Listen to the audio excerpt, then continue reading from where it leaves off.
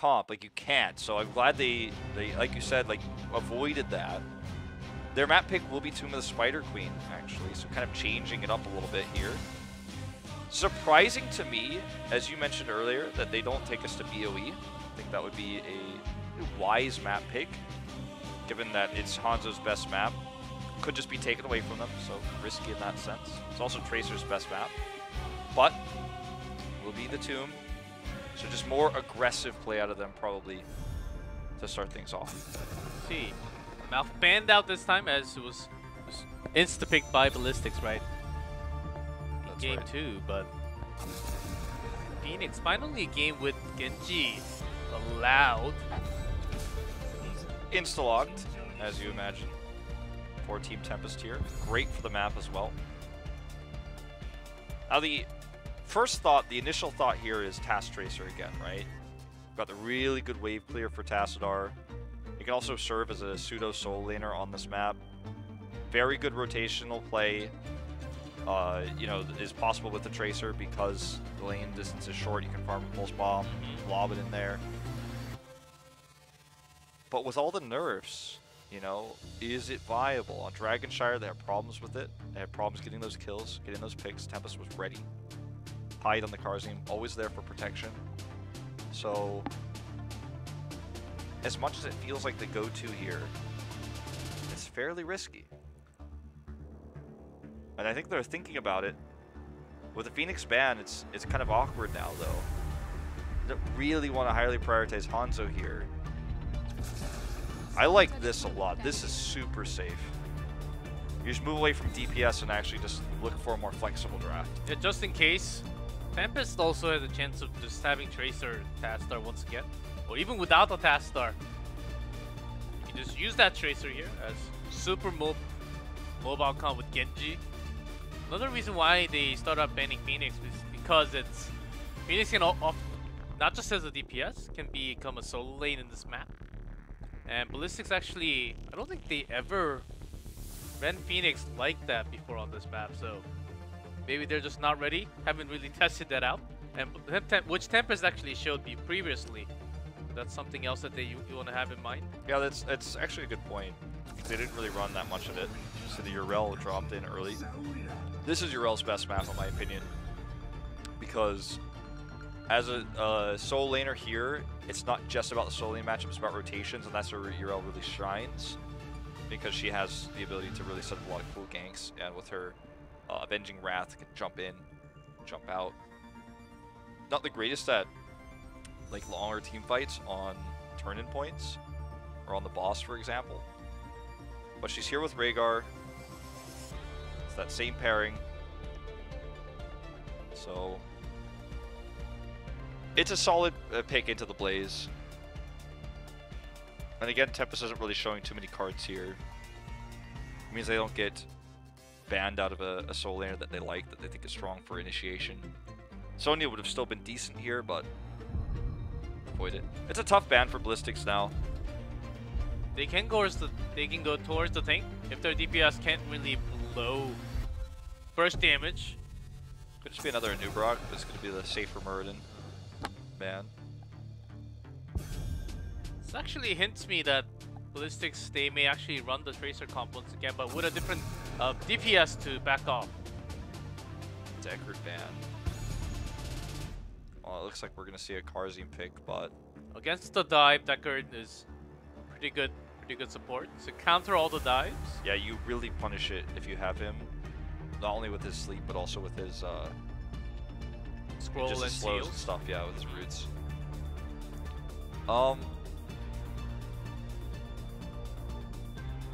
I still just I can't really get behind the Task Tracer here. Rhaegar's just so good at shutting that down. I'm trying to think of what else would really make sense here. Like, the Deckard also empowers Li Ming and Jaina. So those are two other DPSs, the mages that are available that SDE can run in this setup. Lunara is also not too bad. Yeah, Especially against Genji, Rhaegar, Rao. And does have the bunker escape as well. Some quick movement speed. You can reference Quagnix here, that's fine. He's a good Lunara player. The Uther comes in as the pick instead. That gives a soft counter to Genji's mobility with his Hammer of Justice. Hammer of Righteousness versus Hammer of Justice here. Just 2 paladins duking it out. Guys, no Asmodeus, please. On this map, I know it makes sense, and we had lots of brawls. Hey man, the rework though. Come on. Come on. Not gonna say anything. There's been a lot of analysis of that rework. I won't talk about it yet either, but when it becomes live, we can talk about it a little bit more. So obviously for Tempest looking for a tank here, the Anub'arak is great versus Uther, and you know, alternatively, there's not a whole lot of other options. There is a chance that they actually have Irel as the tank, and they can back it up with another bruiser sort of late. It's possible. It'll be the Anub'arak instead, though. Just the perfect pick against the Uther. They have Li Ming, consistent damage, and also the ability to deny turn-ins. So for Ballistix, the final pick is their secondary DPS. It's going to be SDE's hero. So double support Hanzo is a possibility. I prefer it to the double support Tracer. If they want to go Tastor here, it's an option, but you may just be looking towards something like a Jaina. Phoenixes would be ideal. That's not possible. And the other option is the Falstad, right? You're looking at basically Falstad, Jaina, or some sort of secondary support for the most part here. Tychus was the old school way, but I don't think that is going to work with Uther against the dive composition with Genji, Anub'arak, Irel. It does seem very tough against, even with a Falstad. Oh god, they go for it though. It's going for the comfort picks. Not a bad choice against the ones, against really high HP ones. I mean, yeah, it's like Irel is one of the tankiest soul laners in the game, and Anub'arak is obviously going to be a target you want to burn down. So with those tanky front lines, it works well. And for looking for team fights, the Odin is going to be quite useful against this composition. It can help keep you alive against Genji, and Anub'arak when the dive comes through. Irel kick. Did you believe? It says, did you believe? No, I personally did not believe that we were going to see too many Irels. Maybe just once in the series, but we already have the second one on our hands. Yeah. Well, we're going to head into this third game now. Tomb of the Spider Queen. Tough to have high expectations for the draft of Ballistix. I like the start. But they are the team that does the best with their comfort picks, yes. And they're literally the 2 best heroes for SC and SDE are the Hanzo and the Tychus, respectively. So I think if I had to go into SDE's brain and really understand them behind this Tychus pick, is because all those picks that you can actually think of, like the Mage, even the Falstad, they're super low HP. And once they get caught into some TC, they will just get killed instantly. And compared to that Tychus, I guess you could say with a little bit more hit points, you can actually dash away from the CCs, can pop that Odin to buy some time at least. I can give you the Odin argument. I just think trying to insinuate though that like Tychus is more mobile than Falstad is I think you're reaching a little bit with your positivity right now, Chico. But just thinking how much you can actually but with the Odin, like I completely agree, and I was mentioning that earlier. Yeah, like with the Odin, there's a lot there's a lot of arguments like Falstad simply cannot do that, right? Falstad can help you survive in another way with his gust, but he doesn't have the ability to like beef up and then do damage. So, yeah. And again, as you mentioned as well, with the really tanky top laner of Urel, like, this works pretty decently in terms of burning down his minigun. I think this is more, though, a comfort pick than anything. And there's nothing wrong with that. You know, if you're able to make slightly less meta heroes work reliably because you're so good at them, then that's actually a positive thing. That's actually a good thing. But when you start to struggle and when it starts to fail, when like, because there's a kind of a fine line you can walk where you're like, okay, I'm the best Tychus in the world, but it's not that meta, like it's a little bit weird. But then sometimes you cross the line where it's like, Tychus just doesn't make sense, but you pick him. And I don't think we've crossed that line yet. Like, I think he's still a reasonable pick here. But we are walking the line right now, in terms of what Ballistix has been drafting these last 2 games especially. The Tracer pick, something that we can't really criticize yet until we have further data on this patch. Here comes the dive, this well-coordinated triple damage there, the double stun after the dash comes through. Focused on to Uther, but the gigantic wave actually stopped all the damage from Gleaming. Could get a kill, and it's before 7 as well, so they can't really get too much done right now. That wave saved them big time. But right in that moment, we're able to see what Tempest's composition is capable of in terms of CC. Like, that is terrifying. A dive with the Nubra Genji, when the stuns, both stuns hit, the Burrow Charge and the Impale. It's a deadly combination.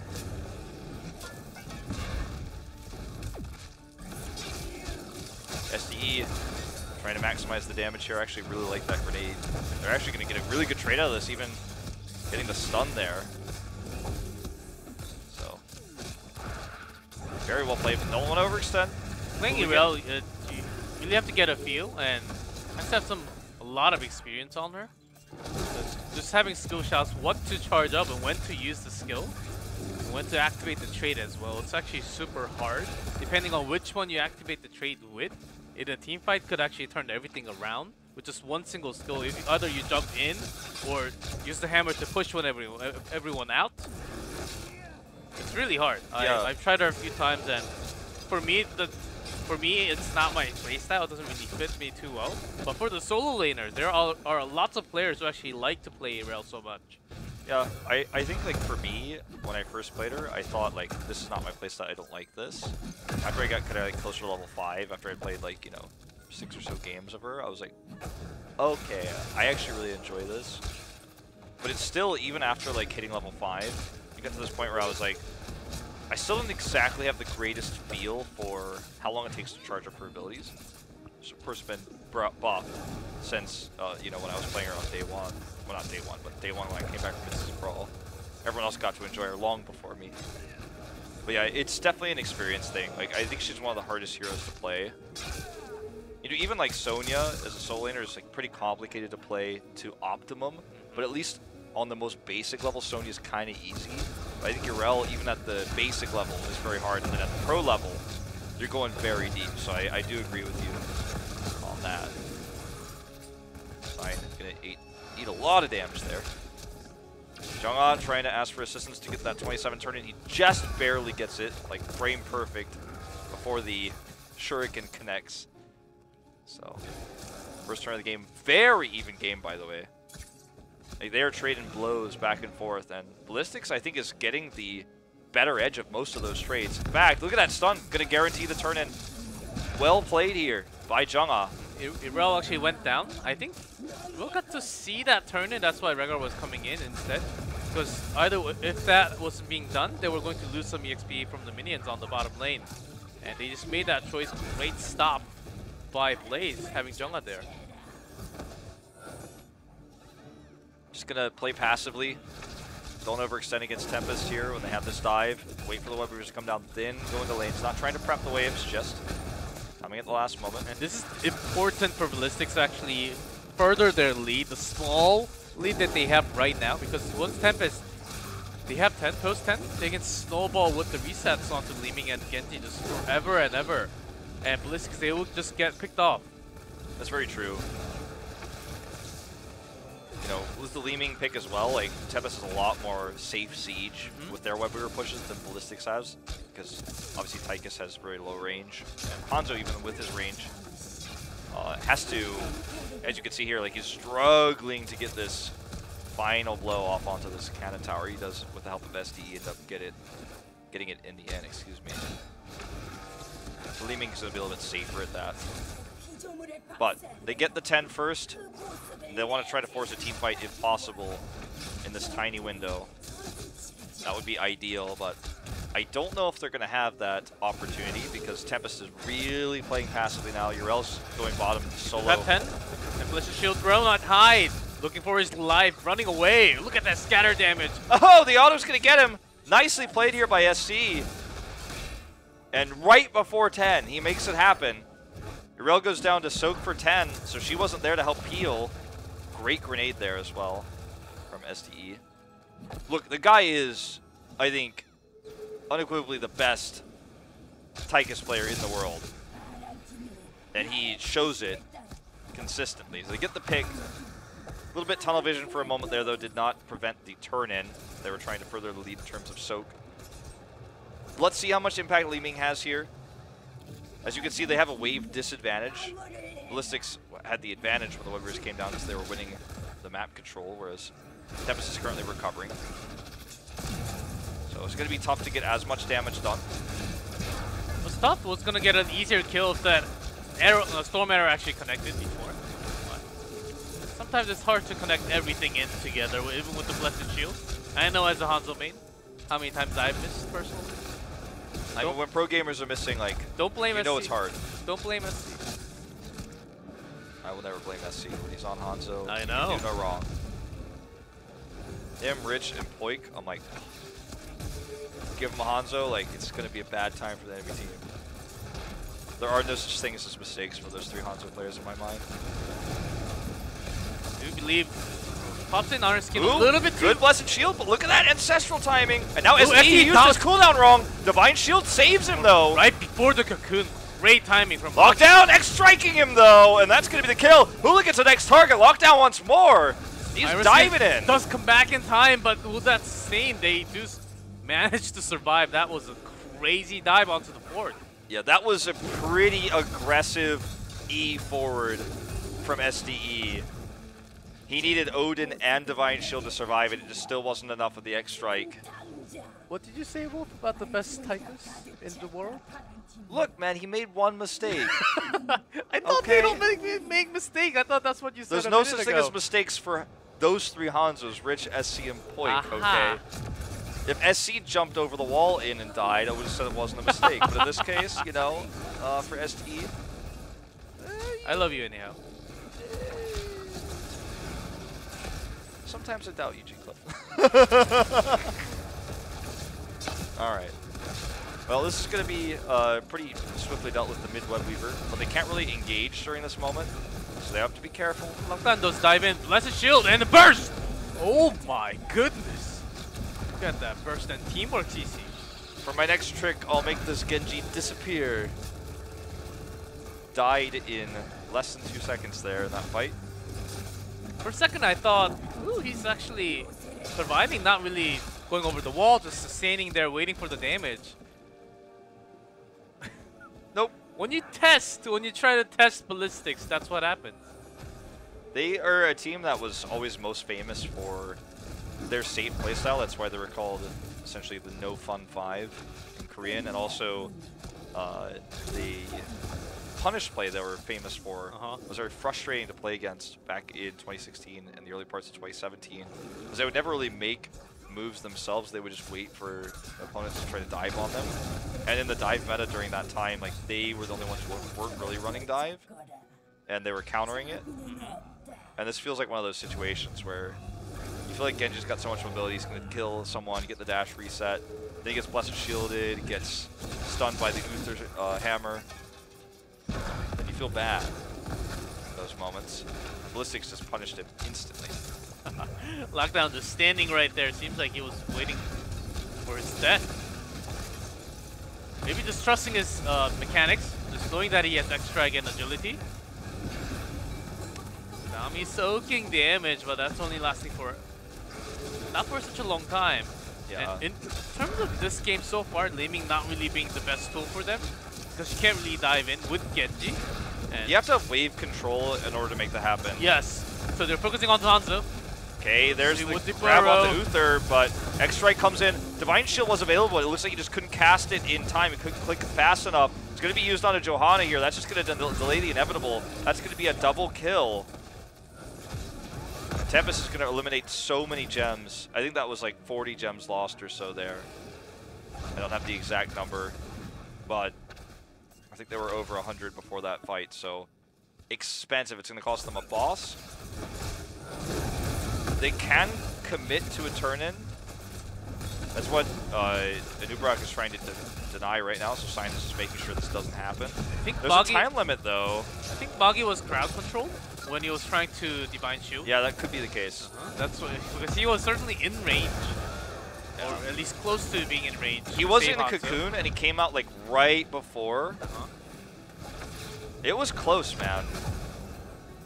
You know, it's just really unfortunate. Like, had he been able to get that Divine Shield off, maybe the whole fight is different. But he couldn't do it. 10 Web Weavers away from another push. As the boss pushes top, they're going to get this mid forward. Total control of the map right now to Tempest. Just poking right now to guarantee the boss gets value in the top lane. This Ballistix has to stick around here. Hanzo alone can clear the boss very quickly. You know, whether it's in the boss pit or in the lane. You don't pressure him, he clears it quickly, so. This boss doesn't do as much as Tempest would have liked. Really good crisis management here for Ballistix. But can they prevent the turn-in? That's the bigger question. Don't think so. So you think Genji's getting the final one? Yep. Got the turn-in, and this is pre-16, so Ballistix, they couldn't even come near the gems where they turn into gems here. Yeah, especially because of the waves as well. The minion waves made it really tough. So there's two different ways to approach this. One is to all in mid, so you get the most experience, and then try to force a keep wall down, which means Ballistix either has to defend the Weavers, which are heading directly to keep walls, or defend your push. But like, I think if you push mid like this, I'll just say you could either do that or move to the sides. But if you push like this and keep experience in all lanes, worst case, you get the mid keep wall and a ton of experience.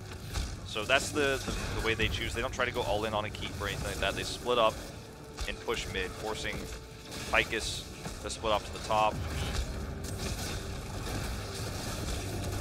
Keep wall here should go down. This is just a delay, because Genji's still pushing bottom. As Tychus went top to clear the top Web Weaver. So they got almost the mid keep wall, the second keep wall damaged. Top keep wall is dead.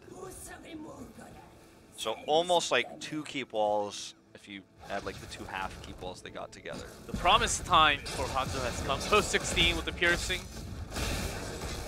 Huge opportunity for massive damage. Along with Tychus.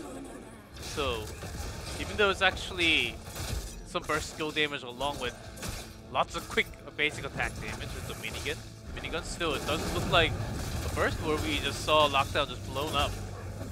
Could be something similar that could happen to even Anubarak now, post 16. They are going to look to get this turn in. No one can prevent STE from tossing in. It is going to happen. This Web Weaver push will be mostly a defensive one. Like, it's hard for them to actually push hard with this. In terms of the waves right now, it's going to be all on red side of the map. Tempest is going to push out top. Poking mid as well. As long as they don't overextend, they can continue to further the lead here. Like, the basic bottom line here for Tempest for this defense is if nobody dies, we're still ahead. They can't prevent the support from going down. That will happen. So that's going to help them catch up a little bit in experience. Still full level down, but narrowing the gap. Going to commit to the keep wall, doing the same strategy that we just saw Tempest do. Commit everything mid. Force other members off to the side. I love how Tempest is having 3-2 and no one at top because they actually had a bad wave at the bottom. Yep. Which meant that Wave Weaver was going to come earlier. And the top one just getting to the fort now, and they have a lot of time to work out here. But it does pop. They might get the first keep of the game here if this fight doesn't go well for Tempest. We see the X-Strike used defensively here. Not a good look for Tempest, in fact. Web Weaver just now going down. And they use that X-Strike Heroic, which is one of the tools they need to dive the backline and kill SC. SDE, as you say, he's still like very healthy. Still do have the bunker as well, so I thought they were going to pressure in a little bit more into the keep. I think there was more than half HP gone already in the mid keep. They saved the keep. They are staying. They can't do that for such a long time because Tempest, they're looking to dive in. An Uberok sign from the side. Does catch Hanzo. Okay, got cleansed there. Bunker has to be used. He's Boom! dead. From good, just from the side. The flanking in, the reset is coming. Okay, he wants more. He does not hit with his mirror ball there. Jung-Ah gonna suicide onto, well, maybe I thought he was gonna try to go grab the keep. Divine Shield self-cast here for Ballistix. Magi gets the mount off. And he might actually escape. Urel's on the chase. Meanwhile, this is gonna be a dead SDE. 3, 2, 1. Magi, does he get out here? Does he have Avenging Wrath? He does. But I think Magi gets out. The wall. Break the wall! Oh, so close! He broke the wall with the Wave of Force. He almost got that kill through there. Or sorry, it's not the Wave of Force, after the wall was broken. Yeah, after the wall. The repulsion actually didn't really bring him in range too far for him to actually get a kill. So, but they still do get the keep. So they get their mission done. They have get 20. Yeah. And the boss is up. So perfect time for them to actually do everything. Yeah, with the boss going straight to the core, this could be a core call. Ballistix doesn't have enough time to soak for 20. Look at the bot wave. There's no way they can get experience from bottom lane. And mid is like their only chance to get experience. And it's not going to be enough for 20 with the 7 minions that are being killed currently by Hooligan. Respawn's coming through. So at least have 5 for this. As you can see, they're desperately trying to go with the bot wave and try to get the wall down and get the camp. This camp may get them eventually 20, but uh-oh, Jung-Ah's caught. Gets out of the bunker actually early. That was really smart, but I don't know if it's going to save him. We'll save him for now. That was really clever because he knew that everyone was timing their cooldowns for the bunker. He just comes out early. Has to pop everything. No bunker. Means that they have to delay the spawn stage. Still 19 right now. Yeah, and the bot fort is taking damage from those giants, which will help them get 20, but it's not ready yet. Delaying. Ooh, Divine Shield to cancel that cocoon, but it means he doesn't have the Divine Shield, so double-edged sword here in a way here for Ballistix. Lockdown is going to eat the Ancestral. Keeping them alive. They're going to put out some TC, but the Core is getting it by the boss and the teammate of Tempest. They're just going in, diving in. No kills to follow up, and Genji's putting out the maximum. The boss does go down, but they have too much damage here. Ballistix is desperately trying to clean them up. They're going to get the kill onto Rhaegar. X-Strike here committed earlier in the fight. Lockdown closes it out. Just vanilla there with his main abilities, as Tempest will go up 2-1 in this best of 5.